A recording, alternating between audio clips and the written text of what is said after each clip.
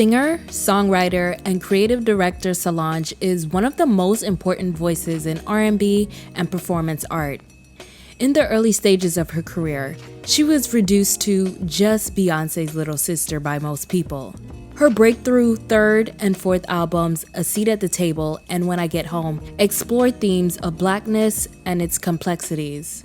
Most people think she came out of nowhere in the 2010s, when in reality, she's been in the industry since she was a child. Solange was a Black teen star in the 2000s, just like Raven-Symoné and Kyla Pratt.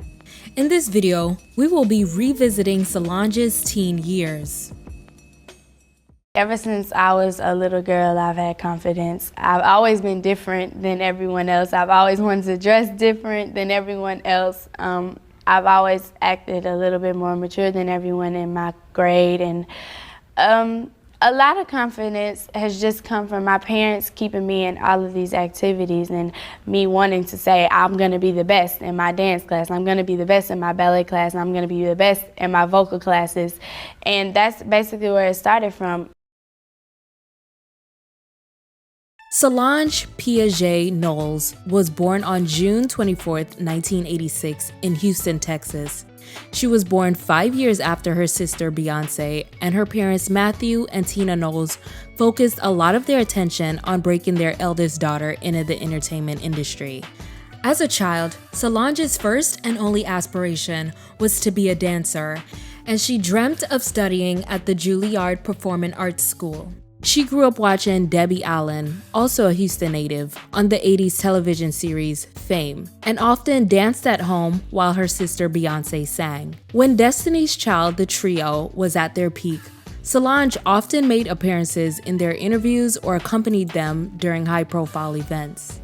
At the age of 13, Solange landed her dream job as a backup dancer for Destiny's Child. She was a replacement for one of the group's departing dancers and also served as a temporary stand-in for Kelly Rowland, who broke her toe backstage during a costume change. Solange started touring with the group and backed them during televised performances. But a year and a half in, she injured her knee, forcing her to take some time off to heal.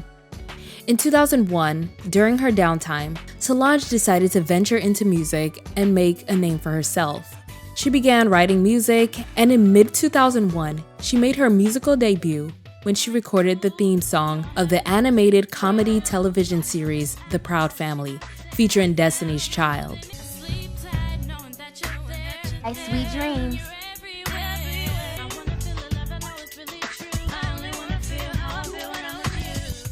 Solange also played the love interest in Lil Bow Wow's Puppy Love music video.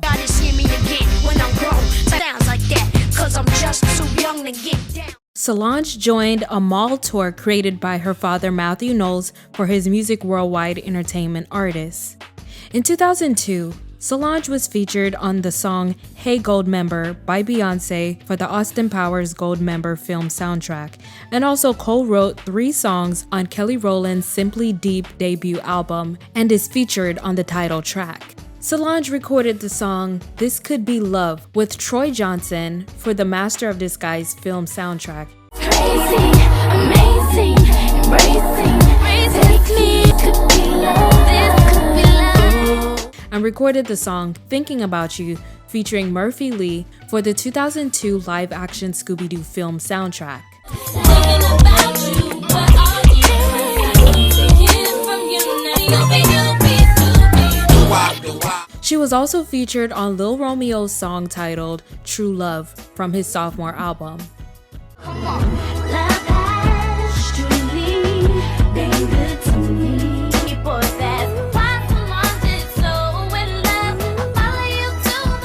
Solange ventured into acting and landed 2 roles that year in the sitcoms Taina and, of course, The Proud Family. I'm proud to be her sister. Y'all give it up. I love her very much. Solange. Inside Edition was there exclusively when Beyoncé introduced her 16-year-old sister Solange at the New York City Music Showcase.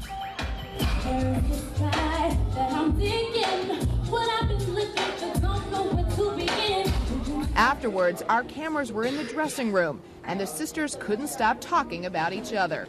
I am very, very proud of her. I definitely just look up to her, and so much that I know I wouldn't know if she wasn't my big sister, so I'm just really appreciative of that. In December 2002, 16-year-old Solange released her debut studio album titled Solo Star through Columbia Records and her father Matthew Knowles' Music World Entertainment. Solange, Solo Star. Beyonce's little sister is doing her thing. Solange's debut, Solo Star, featuring Feelin' You. In stores now. The album's songwriting and production was done by musical powerhouses like Timbaland, The Neptunes, Jermaine Dupri, Linda Perry, Beyonce, and Rockweiler, with features from Beyonce, B2K, Da Brat, Lil Romeo, and NORE. Matthew not only served as her manager, but he was also executive producer of Solo Star, while Solange co-wrote most of the songs. The 16-track album was primarily contemporary R&B with some hip-hop elements. Solo Star was originally intended to be a reggae album. Her debut lead single, Feelin' You, reached number 3 on Billboard's Hot R&B and Hip Hop Singles chart. Earlier in the year, Solange was cast as the role of Aqua in Disney's The Cheetah Girls, alongside Adrienne Bailon, Sabrina Bryan, and Raven Simone. But she had to drop out of auditions to prepare for the release of her album. Unfortunately, Solo Star underperformed and wasn't received well by professional music critics, with one writer for Slant magazine calling the album lackluster. Nonetheless, Solange embarked on her Solo Star promotional tour in 2003 and picked up a Soul Train Lady of Soul Award nomination for Best R&B, Soul, or Rap Music Video.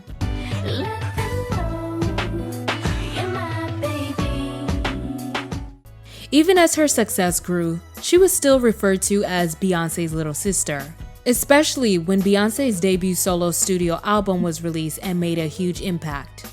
I've had a lot of doors open because of her, but at the end of the day, I hope my talent will outshine any connection I have.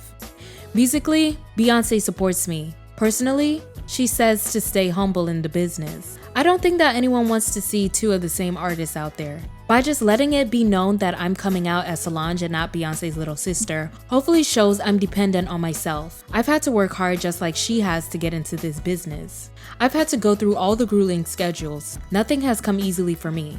Don't try to live up to your siblings' expectations. Don't try to live up to what other people are going to expect of you. You basically have to enter the game knowing that you have to be confident, you have to be yourself, and you can't rely on anyone else to create a success story for you. Otherwise, it's all a gimmick and it's not real." End quote.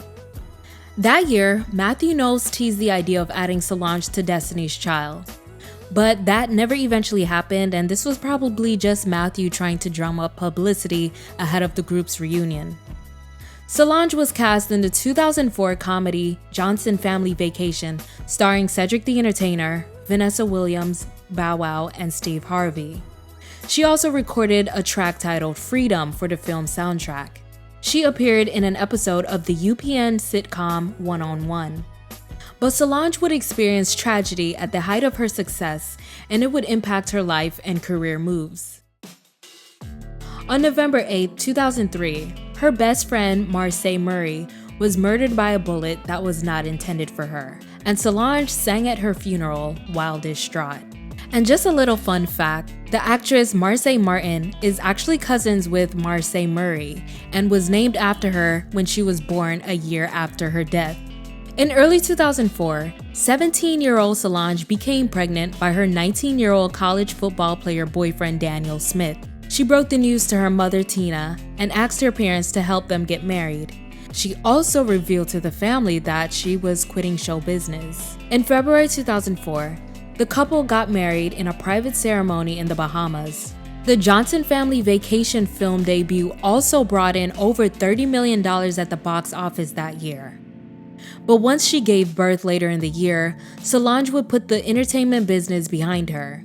She moved to Idaho with husband Daniel and their newborn so that he could continue his college education. Solange calls the age 17 the hardest year of her life, stating that it was isolating, lonely, cold, and dark. In 2015, Tina Knowles discussed how things unfolded for Solange at 17. She said, "During those couple of years, she became really great friends with a girl who was 2 years older than she was. When I traveled with Destiny's Child, she would be around keeping Solange company. I went to Paris once and she stayed over for 4 days. The girls made songs and homemade videos. They just had a very special bond. But when her friend went to a high school game, they killed her. I still get goosebumps. She was Solange's best friend. They were just naming their imaginary kids the night before and planning out their whole lives. Solange sang at her funeral and held herself together. But then, she decided she wanted to be grown right away. Months later, I'll never forget, we were going to the Grammys and she said, 'Mama, I got something to tell you. You have been the best mother I could have. You haven't done anything wrong, but I'm going to have a baby. And I want to get married. I don't want to act or sing anymore because I'm going to die before I'm 25. We told her she didn't have to get married just because she was having a baby. We all begged her not to. Her father was devastated, but she said, I want to get married, and if y'all don't help me, I'm going to find a way to do it without you. So I planned a wedding in 3 days. I never made her get married, of course not. We loved her boyfriend Daniel, but because they were so young, we just knew it wouldn't work. Solange was processing something very traumatic. When you lose a friend like that so young, it's not uncommon to think you will also die young. We knew better than her decisions, but we understood what was behind them." End quote. In the meantime, Solange was still writing music while also modeling for House of Darion's Junior line. She co-wrote a song titled The Movement for Michelle's second studio album, and she co-wrote the hit songs Get Me Bodied, Upgrade You, and Flaws and All for Beyoncé's 2006 second studio album. She starred in the 2006 third installment of the Bring It On series. The title song from Solange's debut album, Solo Star, is also featured in the movie. It was also around this time she quietly split from her husband and returned home to Houston. She relocated a few times with her son to Brooklyn, New Orleans, and Los Angeles. She recorded up-tempo hip-hop inspired nursery rhymes for the Baby Jams compilation album she curated in 2007. Solange, now an adult, released her sophomore album, Soul Angel and the Hadley Street Dreams in 2008. The record was 1960s R&B and soul inspired and was met with generally positive reviews.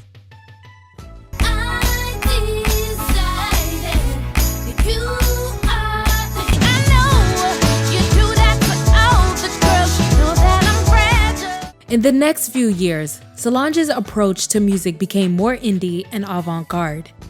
In the last decade, she's really cemented her place in entertainment as a respected artist and not just Beyoncé's little sister. But I think it's important that Solange is recognized and celebrated as a 2000s teen star, along with the likes of Keke Palmer, Kyla Pratt, and Raven-Symoné.